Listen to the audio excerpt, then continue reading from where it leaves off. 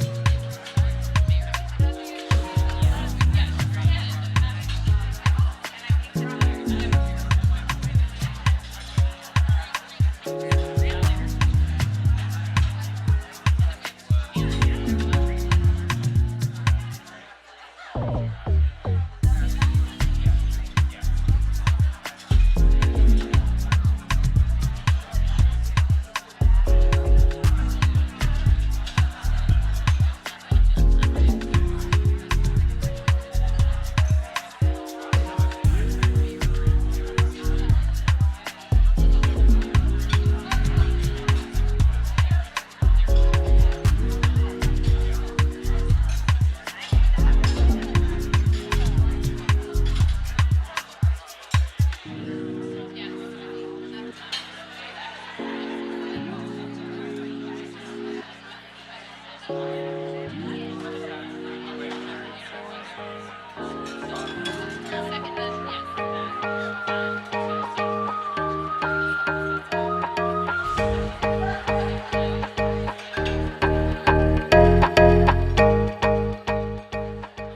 welcome Felicity Chapman to the stage.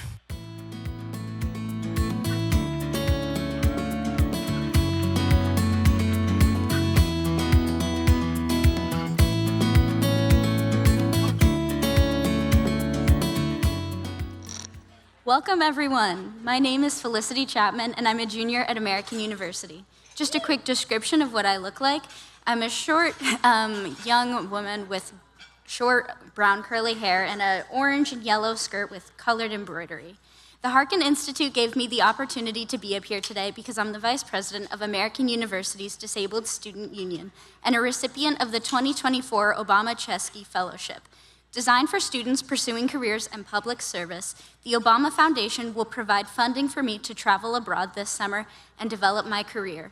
So I'm up here today asking for your help. Do you know of a disability organization or disability-focused team in America or overseas that could benefit from an intern this summer? If so, please come find me, Felicity Chapman, after this session. Remembering that money is not a barrier because my salary would be paid for by the Obama Foundation.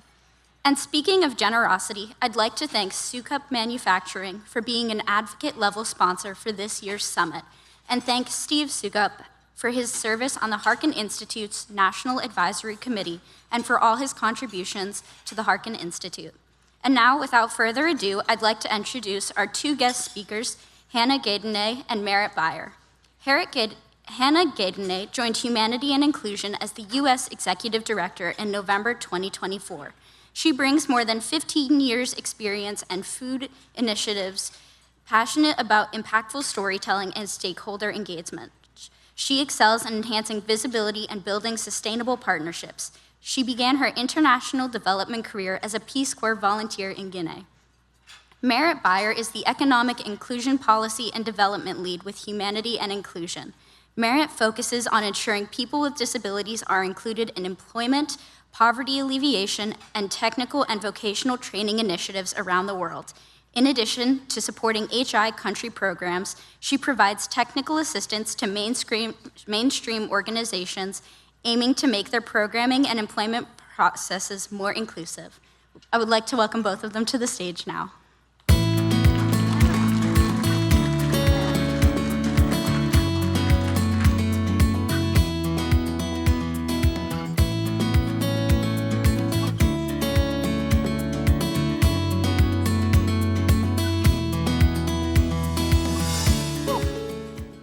Right up here. Great. There's a lot of you. Hi, everyone. As Felicity said, my name is Merritt Beyer, and I am with Humanity Inclusion. I'm very pleased to be up here with our brand new HIUS Executive Director, Hannah Guedenet. She's so new that I learned how to pronounce her name yesterday. Before we start, visual description, I am a tall white woman with brown curly hair and wearing a green sweater. And I'll let you do the same. Yes, as Felicity and Merritt said, I'm Hannah Guedenet, and I was pleased to join Humanity and Inclusion US just in early November and have really had a great fast-paced introduction to this world and to the work that HI is doing. So to visually introduce myself, I am a medium-height woman with short brown hair, and I am wearing a blush-colored blouse. Okay, thanks. Yeah. So Hannah, for those of us who aren't familiar, or those of the people there, because I have to say I'm familiar. Yes. But for people in the room who aren't familiar with HI's work, can you explain a bit more about what we do?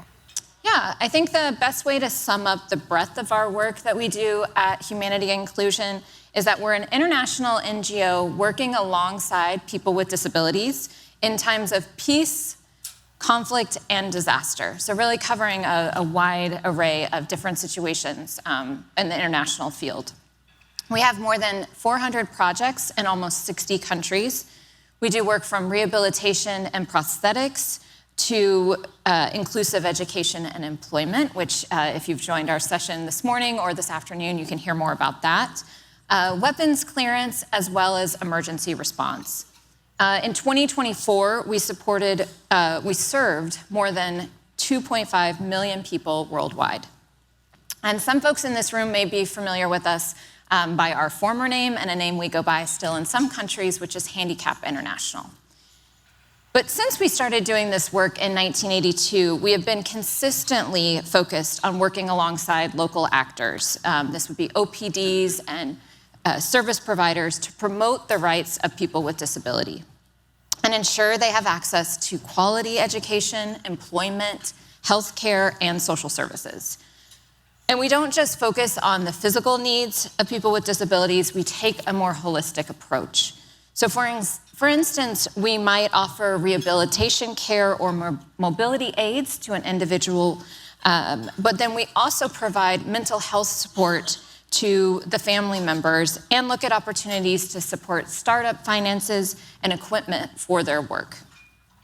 We're proud to be the disability inclusion expert in the international development space, and as well as in humanitarian assistance. We provide input and support to ensure that more foreign aid programming addresses and includes the needs of people with disabilities at all stages. Amazing, thank you. Could you also share a bit more about what our economic inclusion more specifically looks like? Yes, and I feel like you are a great expert to say this, but and if I forget anything, feel free to jump in.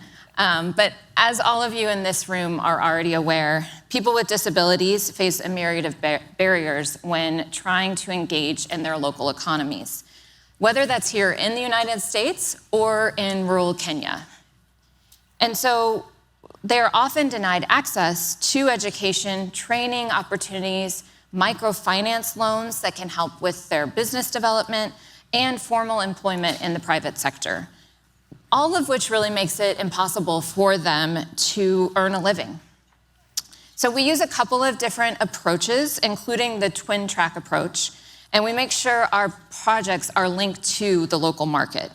We work with governments, the private sector, and of course, OPDs to support everyone to participate in their own economic life while contributing to society as employees, entrepreneurs, consumers, and citizens.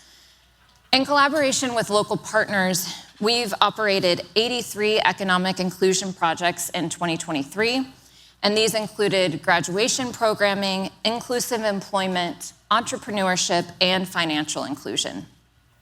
So a good example of what this looks like in action is Ahmed, which I think we have a picture. I see him down here, but maybe there he is. So Ahmed is a Syrian refugee living in Jordan. He suffered a leg injury from an explosive weapon, which is another area of work where HI is strongly committed. And he also had a broken vertebrae from a fall. It left him in extreme pain and unable to continue working as a tailor in a local factory. HI began providing physical therapy sessions with Ahmed to reduce his pain and increase his mobility. And then we visited his home to learn more about his economic situation and skills. And there we learned that he was really interested in returning to being a tailor, but would like to run his own business. So HI was able to work with him to build a business plan and provided mentorship and financial support. With that, he was able to buy a sewing machine and the other equipment he needed to start his business. In the beginning, he was just going to provide sheets and blankets and other types of that kind of linens.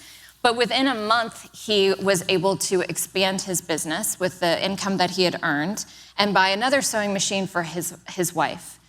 Now he is actually able to support other organizations in his community, and he's training women to learn to sew as well. And so while at the same time that we're doing this work with incredible entrepreneurial individuals such as Ahmed, we're also working directly with businesses and communities to help them see the benefits of recruiting and retaining people with disabilities. As many of you are aware, this is a really, we were hearing it at one of the sessions I attended this morning, that there's so many business benefits to including people with disabilities. And we found that from a survey of companies in Morocco and Senegal, that they really saw significant benefits once they had included people with disabilities in their workforce. They saw that the corporate culture grew stronger, and there was better solidarity and cohesion. Employees took pride in being part of an organization that put inclusion first. That also improved their brand image with customers, and of course, it opened up access to new markets for them. So in our economic inclusion programming, we are committed to finding sustainable solutions that create opportunities and build a thriving environment for long-term economic engagement of people with disabilities in their communities. Yeah. I think that was a great summary. Thank you. As you've been introduced to all of this work, what would you say is some of the bigger challenges that HI has in our economic inclusion programming? Yeah, I think that's a good question, and one that we're really trying to tackle every day in the work that we're doing at HI. And what I'm learning from my colleagues, such as Merritt, is that we really struggle to convince partners to include inclusion from the very beginning of a project. And this is something I actually saw throughout my career working on gender inclusion in programming. It's that many think we can just add it on in year 3 or 4 of a program, but if we really want to produce sustainable results, it has to be something we fully integrate into the program from day one. It's not an add-on or an afterthought. And so going back and trying to retroactively make programming inclusive is much more expensive and difficult than really taking that intention to include inclusive practices from the start.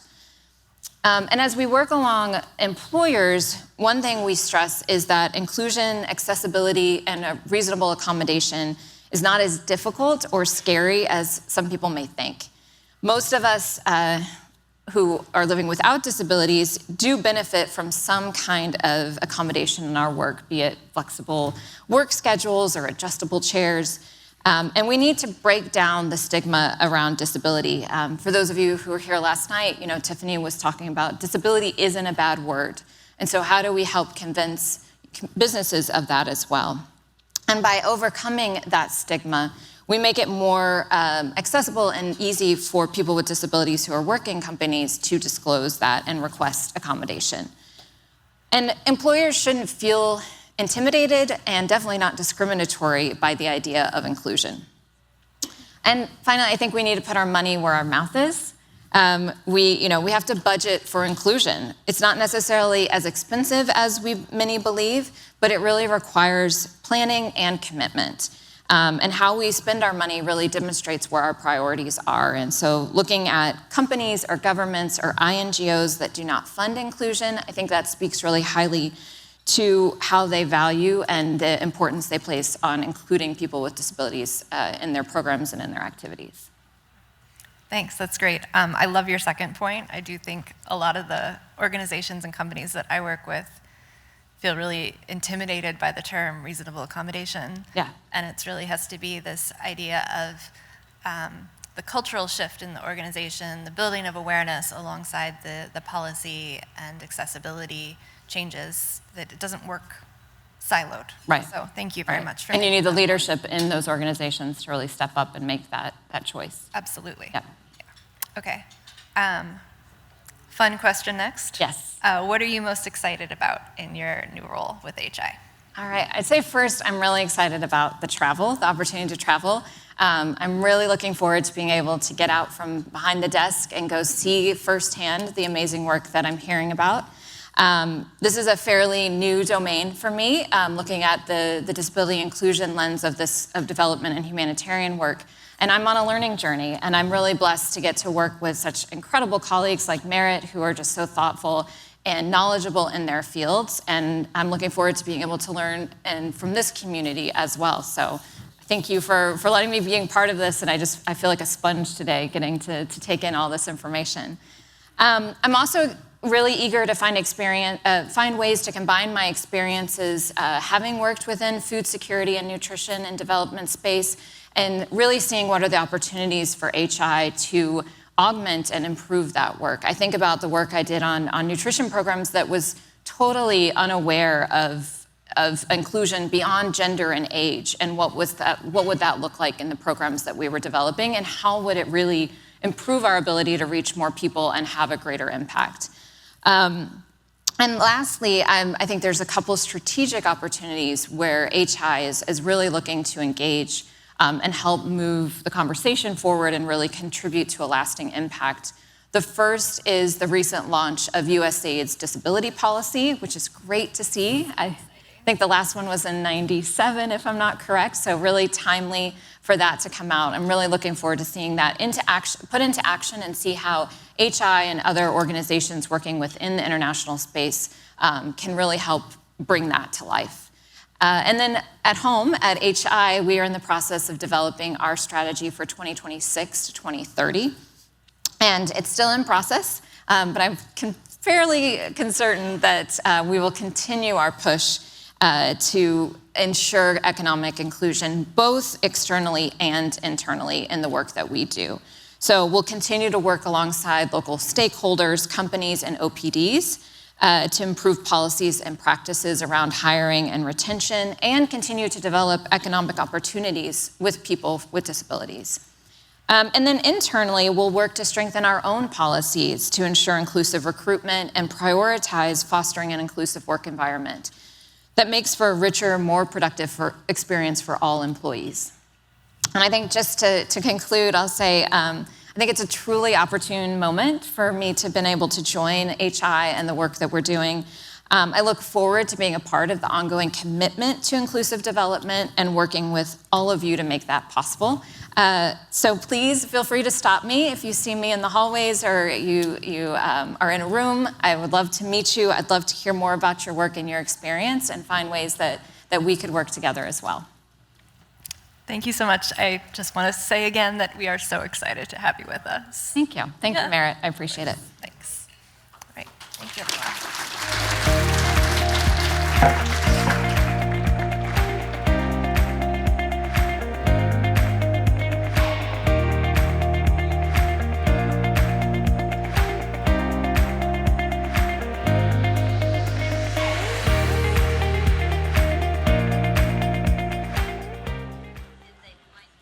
Good afternoon.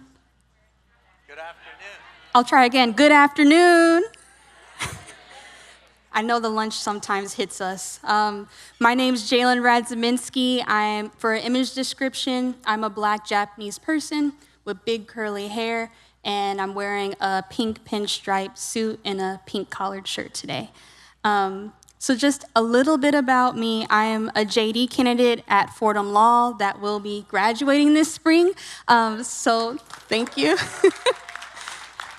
Very grateful to Daniel and the entire Harkin Summit team for having me here today and asking me to give an introduction. A little bit more about me. I'm a Crawley Scholar for International Law.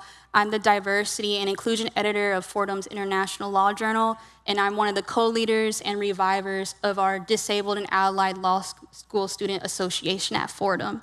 And I've also worked through the Leitner Center as a Crawley Scholar to give consultation and technical assistance, as well as policy briefs to UN and NGOs.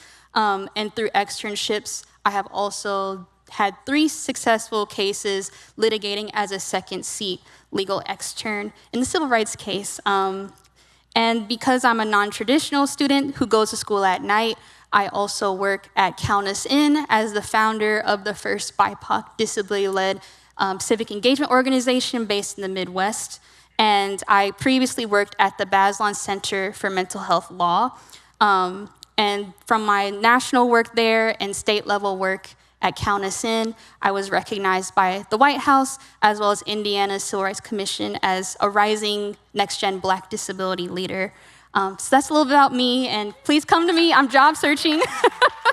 But very importantly, I just get this pleasure and wanted to thank Mitsubishi Electric America Foundation for their friend sponsorship for this summit. And I think Kevin Webb and his team may be tuning in. Oh, hi. Hi, Kevin. Thank you. I just want to give their team a shout out and thank them specifically for their sponsorship, as they specifically asked to subsidize students and young people to be able to attend this conference. And it's because of their generosity that people like me can come. So wanted to thank you and your team. But importantly, I have the honor of introducing our next networking lunch keynote address, Todd McKean. Todd McKean is the Director of Environment and Supplier Chain Innovation and is currently based in Austin, Texas. And he is the lead of Apple Supply Chain Resilience Team, the Global Water Program, and leads initiatives to provide education, accessibility, and health programming to Apple supplier employees across the globe. As someone who studies supplier diversity, super important and inspiring work. Todd has also spent much of his career based in China and has over 30 years of experience working in the Asia region. So with that, proud to introduce Todd McKean.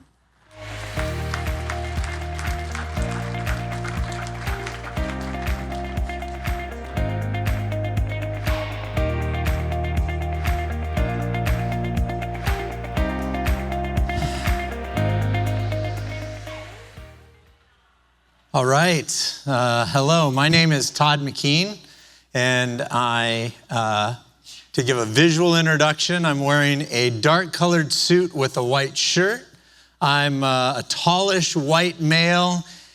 If I'm honest, my hair is now gray, and I wish I was about 20 pounds lighter. But let's deal with some of that in the new year.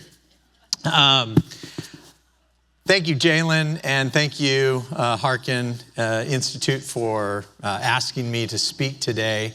I hope some of you have had the occasion to use some of our Apple products and some of the great features and benefits at Apple. We really feel like the best technology works for everyone. But today I'm not here to talk to you about technology. I'd like to talk to you about one of the programs that I developed with my team over the last couple of years. Now, my largest team is working on providing education and development opportunities to workers throughout our supply chain. Apple has a global supply chain with suppliers literally the world over, including in the United States, which a lot of people may not know. I was based in China for many, many years. I lived in China for 35 years, working for a couple of other different companies, but the last 10 or 12 years working for Apple. Our education programs are focused really on providing opportunity to workers in our supply chain to be able to go further in their career, to develop and have more opportunity. One of the programs we have is focused on technical upskilling, so coding classes, automation technician training classes. We have some professional vocational education courses, some health and wellness courses. And in the course of a visit to a factory, I think it was about 2.5, maybe close to 3 years ago, the owner of the factory, just a fiery, amazing woman who's part of our supplier diversity program, in fact, was telling me about a program that she'd started recently to hire persons for disabilities to work at her factory. Now, I'm a father of a child with a disability, and he really inspires me, and I think as we talk about this program, hopefully you'll see some of why personally I'm inspired to be able to do this program. At any rate, I broke off from her and the VP she was hosting that day to go and learn a little bit more about her program. And I got to know a little bit about it, and it didn't seem so much like a fully developed program, but it was really quite a good start. But I came back to my team, and as I mentioned, we're working on a lot of upskilling programs. We, in fact, work with a lot of vocational institutes across the world, and particularly in China, where I was that day. And I said to them, I said, you know, I'll bet one of our institutes that we work with must have a program to support persons with disabilities to find training, to provide opportunity, to connect them to employment opportunities. And so let's go and find, even if there's just one or two of them, let's go and find them and see what we can do to maybe start a program to really kind of drive some of this opportunity. Well, my team came back to me a couple weeks later and they said, none of our current partners have a program like you're talking about.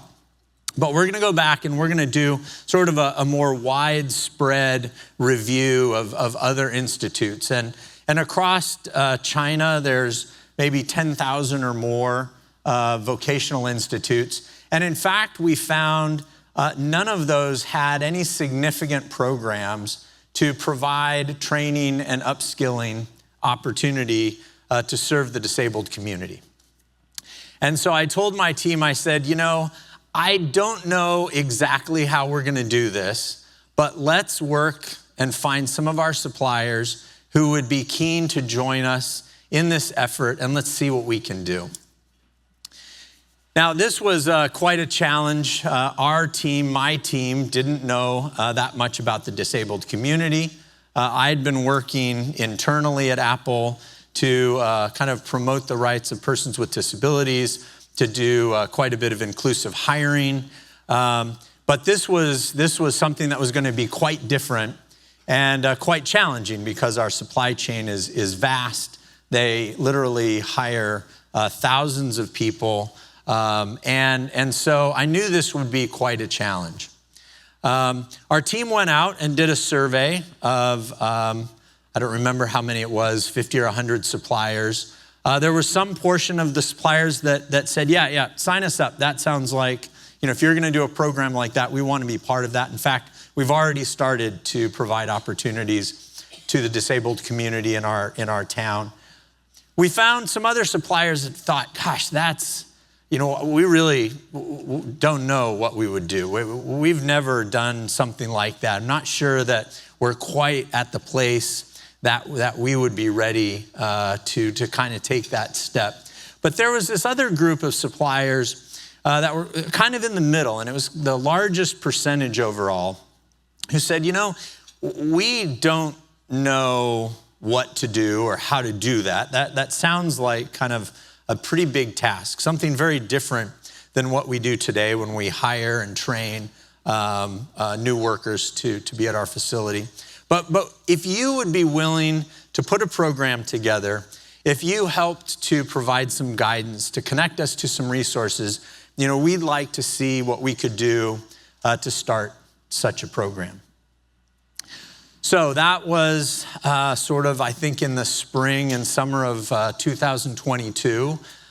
This, for those of you who may remember back, was a pretty challenging point in time in China. I personally, we were in lockdown in Shanghai for over 100 days in our apartment.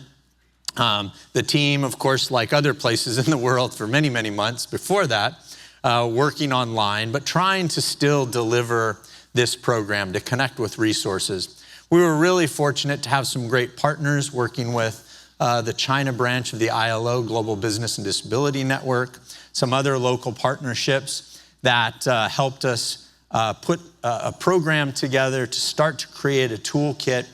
And in the fall of 2022, we launched a program with 4 suppliers who amongst them had hired somewhere in the neighborhood of maybe 100 or 200 persons with disabilities. We continued to grow the program. I think the suppliers continued to see the success, really focusing on the fact that this was not a charity program. This was a program focused on providing great jobs to people who may previously not have had opportunity before. Over the last couple of years, we've continued to grow that program. We're running it across 3 countries in Asia. We have over 50 suppliers who are participating in that program. And to date, over 8,500 persons with disabilities have gained employment through this program. We're launching the program currently at some suppliers in Europe, as well as the United States. I think that the thing that we've found, I think in our instance, in my personal case, as I mentioned, my son really kind of inspires me to get going. But I think I'm also inspired by groups of people like we're spending time with this week. I know certainly I admittedly approached this having very little knowledge about kind of how to get a program like this started. I was familiar with doing vocational education, but this was going to be something a little different. We needed great partners. We started by really focusing on what are some of those foundational things that we needed suppliers to be thinking of. How did they need to think differently about the disabled community? How did they need to approach some of their accommodation needs a little bit differently? Because very often they didn't need to consider things like making an accommodated workspace.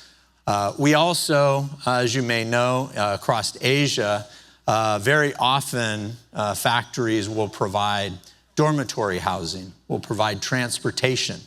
We wanted to make sure that the people that they were hiring, just like any other employee that they may have hired from one province of China or another province of China, there wasn't like, the Henan dorm and the Sichuan dorm or the Guangdong dorm. Like the employees would kind of be living and mixed together to have sort of somewhat of a diverse experience with maybe food and some of the holidays that they celebrated. In the same way, we wanted to make sure that also the disabled employees who were living on site, not all of them did, but would also have an experience like that. Of course, we faced challenges, for instance, and I'm seeing Kathy here. I've been so excited to get to know Kathy in the program that she has out of St. Cloud University, and the program that they developed to provide deaf interpreters training. This was one of the big challenges. I went to a factory one day and they said, gosh, we're having a lot of difficulty kind of communicating. And I said, well, help me understand that a little bit more. And they talked a little bit and I said, you don't have a sign language interpreter on your staff, do you? They said, no, we don't have that. I said, well, if you're gonna go to, I don't know, the United States or to Vietnam or, Germany, if you don't speak the language, you're gonna have someone to help you interpret and translate so that you can communicate. I said, this is just a different language. You need to be thinking a little bit differently about that. They're like, oh, gosh. In fact, they ended up hiring an interpreter. They also proceeded to provide basic sign language training to their leadership team. And it's been something that's really transformed the way that team works. But you also have a factory that has literally sometimes tens of thousands, if not hundreds of thousands employees on one site. It's sometimes like a small city. In fact, they have hospitals, they have daycare centers. I mean, it really is mind-blowing. And if you've never been to a factory in Asia, you probably just simply, it's impossible to comprehend. But you have a security staff. Of course, we have technology that we want to make sure before we launch a new phone is kept secret. It's kept sort of, special so that we can provide you a surprise and delight when you listen to Tim introduce that new product. But then you have security guards who are, trying to wave to someone and to talk to them who've gone through, but maybe they're deaf and they don't hear the security guard. So there's some challenges there. What are some of those other things that you need to work on and train? And I think certainly when I started this program with my team, there was something that just particularly in those first many months and the first year, every day there was something new. They were like, oh gosh, well, didn't know that. Didn't think about that.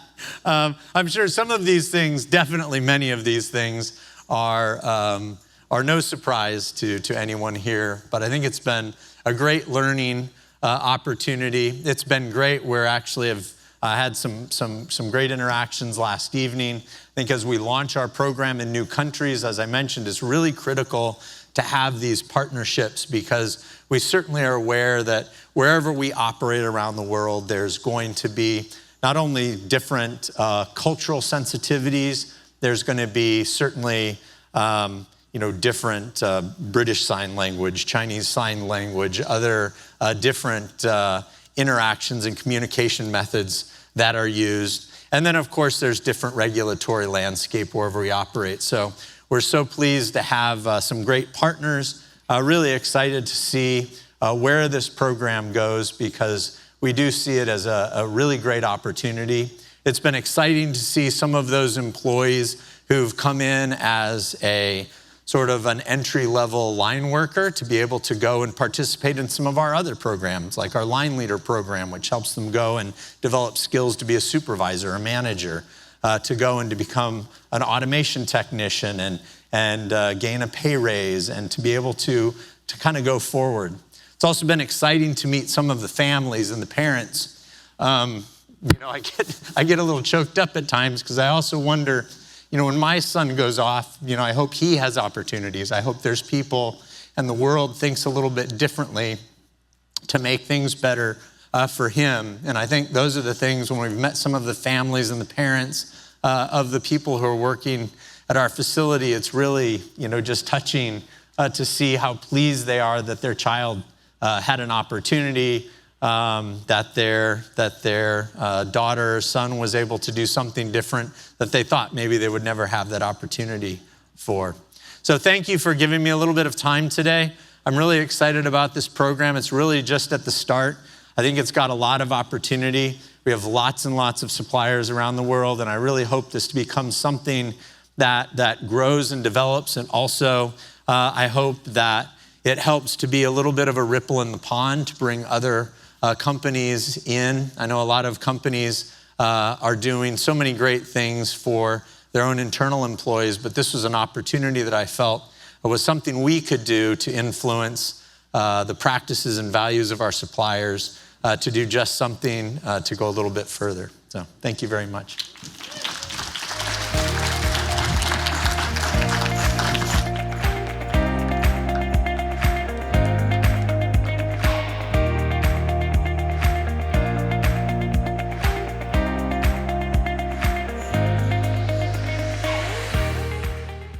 Hello, everybody. You can tell by the jingling that this is Daniel Van Sant from the Harkin Institute.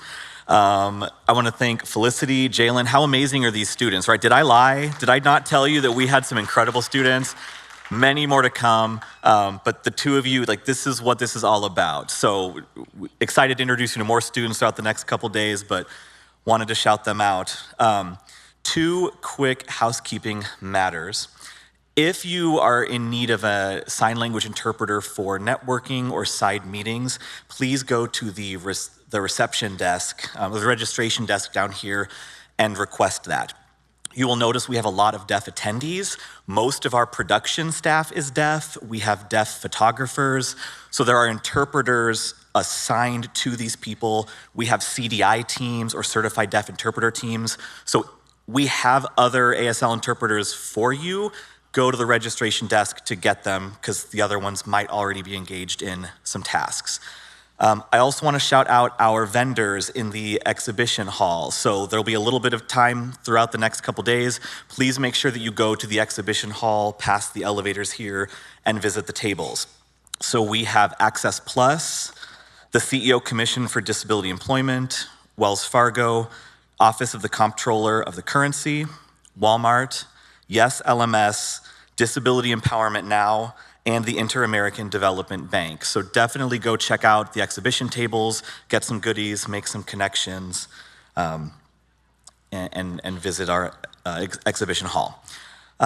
I want to thank the Foster Group for being a friend-level sponsor of this year's summit, and a special thanks to Matt Stagner, who I know is watching online right now from Iowa, for also being on our National Advisory Committee. So thank you, Foster Group, and Matt for your work and support. I'm also excited to introduce our next lunchtime speaker here because of my own personal connection. So part of the reason that I'm so emphatic about these student connections is because I actually benefited from a similar program many, many years ago now through the United States International Council on Disabilities that was supported by the Mitsubishi Electric America Foundation. And so to be able to be up here now at this point in my career, partly because of a funded internship program from two organizations that are now in this room at a conference that I've organized, is a really surreal place to be in. So wanted to shout that out and welcome to the stage Kirt Toombs. So Kirt is the current board secretary and incoming president of the United States International Council on Disabilities, or EOCIL. Mr. Toombs is a member of the deaf and hard of hearing community and utilizes assistive listening devices and captioning. As the co-founder and CEO of the Eastern Oregon Center for Independent Living, Kirt's journey in the disability field began in 1986, working with seniors with disabilities to support cognitive and daily living skills. He later played a role in the advocacy and closure of Idaho's State Hospital and community integration of individuals with disabilities. It's my honor to welcome the now incoming president of EOCIL, Kirt Toombs.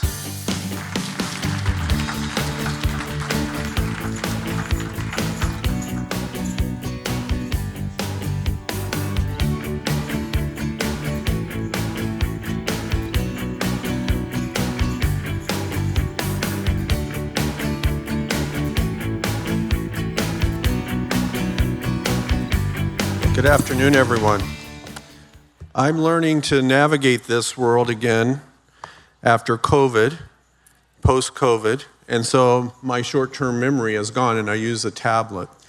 But I have an interesting story. I flew in from Toronto, meeting with community partners there, and took the red eye and was able to make it, and went up to the restaurant just a little bit ago, and I was looking at the menu and I thought, boy, this is really a strange menu. And I wonder what that cripping the law burger is. And the waitress was so nice, she came over, took the menu and put it in front of me. And I really thought I was reading the menu. And I thought, cripping the law, this restaurant is really ahead of the time. But anyway, I'm here and I'm happy to be here with all of you. I will tell you, I am so grateful for Senator Harkin and his team, Daniel, and the other team at the Harkin Institute of Drake University, Harkin International Disability Employment Summit sponsors, for convening us all here today so that we can have dialogue, analyze, and debate, and make commitments for actionable strategies for creating prodigious employment outcomes for people with disability in policy and in practice.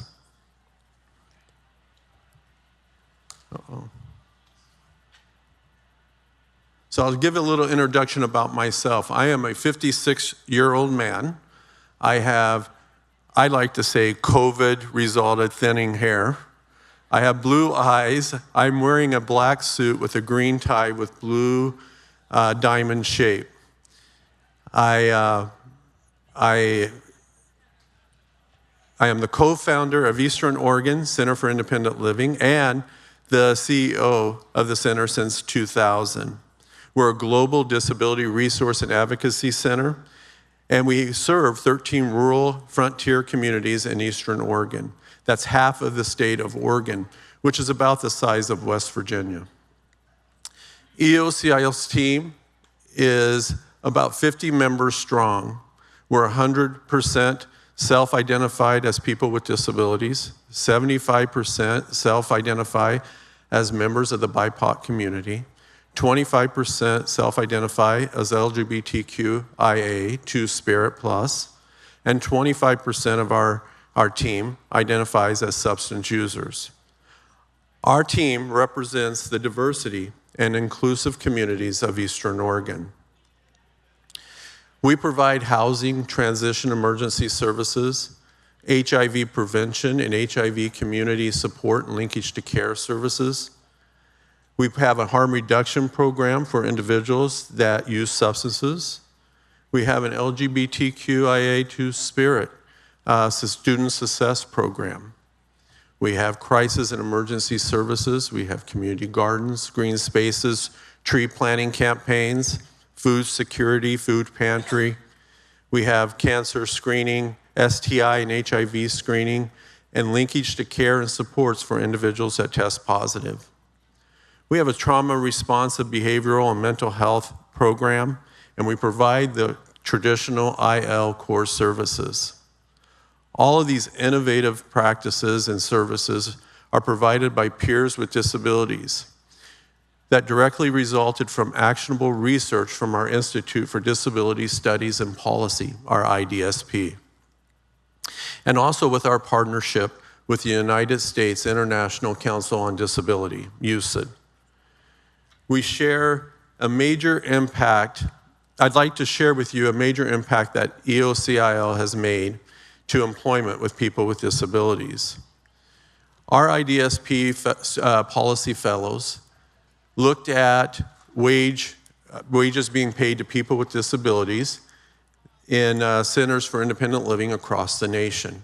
There was no surprise that individuals with disabilities were not being paid a livable wage, and that's what the results of the survey. So our policy fellows produced white sheets and dispersed those out to centers for independent living across the nation and in Oregon.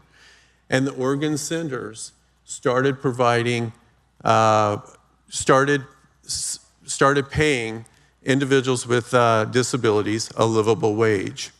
Now, why is that important? Because individuals with disabilities moved from poverty and their wages increased 250%. I think that's remarkable of these organizations that provide services by people with disabilities to people with disabilities, that we provide a livable wage. So we could not have done that without EOCIL and what EOCIL does here in DC, internationally, locally, and statewide. EOCIL advocacy makes it possible for what we do. In November, the membership of EOCIL elected me as their president. That's a big task to take on. This is a 30-plus year organization, advocacy organization, that was built and nurtured by disability advocates around the nation. People like Judy Heumann, Marka Bristol, Eric Rosenthal, Jessica from Nickel, John Woodach, and Dr. Patricia Morrissey, and our current executive director, Isabel Hodge. They provide wonderful advocacy services, and their 2024 advocacy accomplishments. They provided advocacy at the USAID, the State Department's advocacy regarding the State Department's hiring of people with disabilities, and also the practices around the nation or around the international community. They also worked with Eric Rosenthal's organization, Disability Rights International, to advocate for the rights of children with disabilities. What a wonderful organization that Eric has. They relaunched the education and training and policy position papers for the CRP ratification. That's important. The U.S. needs to ratify the CRP treaty. It's another tool that we can use to advance employment, advocacy, and employment rights of people with disabilities. And they provided representation and advocacy at the UN COSP 17 in New York. Looking ahead, our membership, our executive director, and the board of directors are committed to increasing disability advocacy with USAID, the State Department, and our elected officials on the Hill. Disability representation, providing disability convening, and ongoing development, training, and participation for people with disabilities. Now I'll wrap up and I will tell you, I'm a big fan of President Clinton. I think he's an amazing person and has done amazing things. And President Clinton often shares about our human interdependence and our opportunity that it creates, the opportunities that it creates. And I believe he is correct. If we are to achieve employment for people with disabilities, we should support each other now more than ever. We need to build each other up and strengthen our united advocacy for employment. In 2025, UCID will continue to support the Harkin Institute and the Employment Summit. I hope you will join me and support UCID in becoming members and consider sponsoring the 2025 UCID Gala on December 3rd at an embassy here in DC. It's an amazing event of celebration. Thank you for this opportunity to share information about what happens in Oregon because of UCID, our advocacy, and our action. I wish you all love, peace, happiness, and strong family and friendship. Thank you for having me here today.